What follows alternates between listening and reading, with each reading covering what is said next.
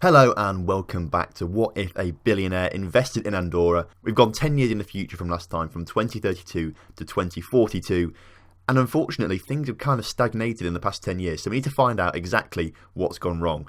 We'll start off here with the Andorran national side. As you can see, world ranking currently 98th. If we look at their past world rankings, it's actually the highest they've been for a long time. They broke into that top 100, so that's really good for Andorra. When we left them last time, they were still down in the bottom 100. So in terms of national success, they have broken into the top 100 for the first time, reaching a height of 84th. So they're doing really well nationally. It's just that club level, they're not doing quite so great. If we look at Andorra's fixtures over the past couple of years, you can see a draw against Slovakia is the most recent result actually. So that's a very, very good result for them. They pick up a few wins against teams that are lower down in the international rankings, Kosovo, Kazakhstan. More draws against Slovakia, which is pretty good going, to be fair. Had an unbeaten year in 2040. That's fantastic, doing really well there, beating teams like Belarus, Armenia, Faroe Islands. Really, really good stuff there. And if we just keep going backwards, you can see they're getting better and better results against some teams. Obviously, can't quite beat the big boys yet and things like that, but they do get some surprise results against teams that are meant to be better than them. So I'm liking what I'm seeing here from Andorra. They're doing really, really well actually. If we look at the national squad then,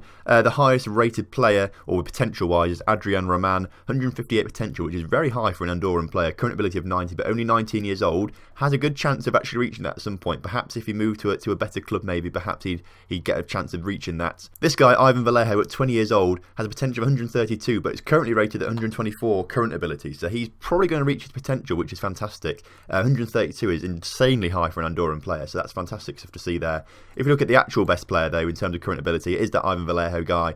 But Stero Garcia, currently on 111 current ability, with a potential to be 119 at 17 years old. He's got a long way to go, so he could be a decent player in the future. Looking down the under-21 side, no one with really a huge amount of potential. 98 there, best from Diego Roberto. And if we look at the under-19 squad again, 98 is the best potential there from Hugo Alves.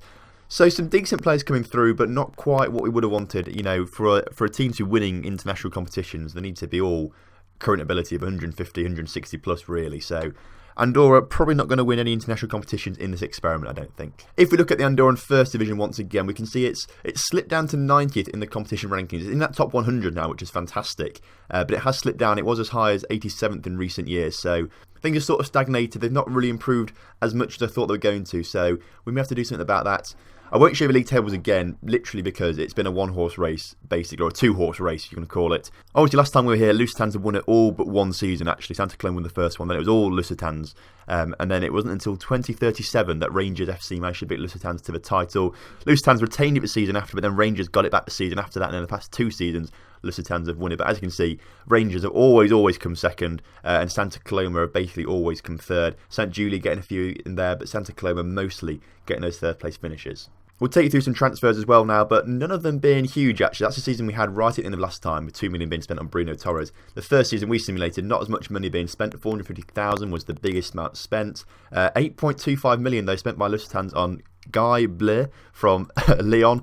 Unfortunately, he's not there anymore, the 27 Ivorian, but spent a good amount of time at Lusitans actually, playing some decent football there. Didn't get a huge chance actually. Obviously, they spent a lot of money on him, but then didn't really play him for the next couple of seasons. And when he did play, he played pretty well, but unfortunately let him go at the end of his contract and went for a free to St. Etienne. So, bit of a wasted career, that guy, perhaps you could say. But nice to get a few more foreign players coming in now. Obviously, Lyon and Red Star being the foreign teams that are coming in. Players that are leaving are usually to other Andorran sides, with a few foreign teams there. As we go forward now, there's not huge transfers as we look through this. I'm trying to look out for the biggest transfers really, but there's nothing really over $1 million, which I think is very weird because of all the experiments so far, they end up spending millions and millions straight away. But I guess because Andorra was so far down and no one wants to move to Andorra and play in the Andorran leagues, they're just not spending any money whatsoever. 2 million here for Fernando Mendes from Cologne to Lusitans. Again, a big player being brought in by Lusitans, or a big fee being commanded by Lusitans. Is he any good? He's still there. He's got some decent first touch and determination, but other than that, I mean, alright physicals if we're going to be talking like that. But for the money they paid for him, I don't think he's actually worth that kind of money. And that was actually the season we just had, so really no money being spent by any of these sides. So I think we need to try and fix that next time. Of course, as we expected, Lusitans B win the second division every single season, apart from 2037-38. It must have been a bad season for Lusitans. They lost the first division title and the second division title. Urgendy won it that time, with Lusitans B coming third actually. So that was a very poor season for them. I don't know what happened then. As we can see though, much like last time, a lot of yo-yo teams, coming up and down. Atletico America coming up and down, as you can see. Genlai also doing the same thing. Athletic Escaldas doing the same thing. So a lot of these teams coming up and down. Urgendy as well coming up and down. So the teams that get promoted can't really stay there, and it's just yo-yoing, I suppose. And it's those teams that are cemented at the top of the table in the First Division that are always going to be safe, and it's just those teams that are the best of the Second Division go up and down, up and down. Let's have a look then at continental competitions for some of these sides. Last time, if you remember, Lusitans basically getting to the fourth qualifying round every single time and missing out on group stages every single time, basically. And of course, nothing changes here. They get through to the third qualifying round of the Champions League, actually, but lose to Rosenborg and then lose to Slavia Prague in the fourth qualifying round for the Euro Cup. So they miss out on group stages there. The season afterwards, exactly the same thing, but lose to Dinamo this time in the Champions League and then lose to Ludogorets in the Euro Cup.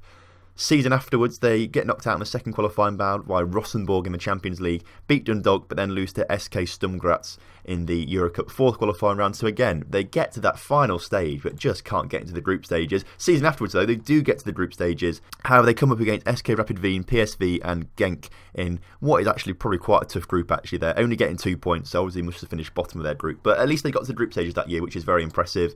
Season afterwards, once again, that fourth qualifying round, lose to Molde, but lose to Bucharest in the Champions League as well. Season afterwards, nothing in it, and that's that 37-38 season. So that must be a very weird season. Something must have gone wrong financially there. They must have had some sort of financial fair play issues, which rocked the whole boat and meant they had to get rid of everyone. Maybe that's why they didn't win the league, and that's why the under-23s or the B team didn't win the league, and obviously weren't anything there. So that's a weird season. We'll have to try and do some more investigation into that. And the season afterwards, it must have affected them because they got knocked out in the Euro Cup second qualifying round by a team that I've not heard of before. Where are they from? Jablonek from Czech Republic. So a poor season for them there. Season afterwards, though, they recover back to their usual fourth qualifying round and don't get into the group stages. If they got into the group stages every single time, the Andorran First Division would be so much higher in reputation. They've just been so unlucky, I think, here. The 40-41 season, once again, that fourth qualifying round, it's getting annoying now how they're just getting knocked out all the time in that fourth qualifying round, this time by Vigo.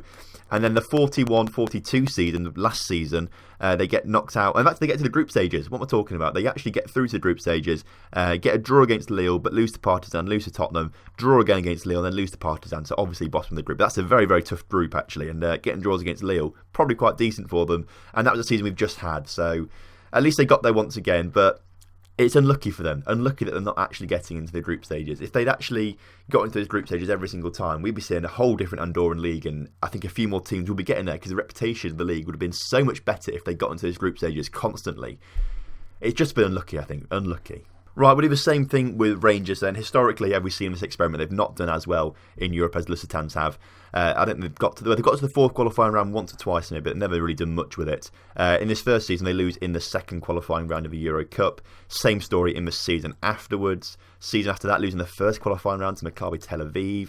Season after, they get to the second qualifying round, but lose once again. Again, second qualifying round, but lose.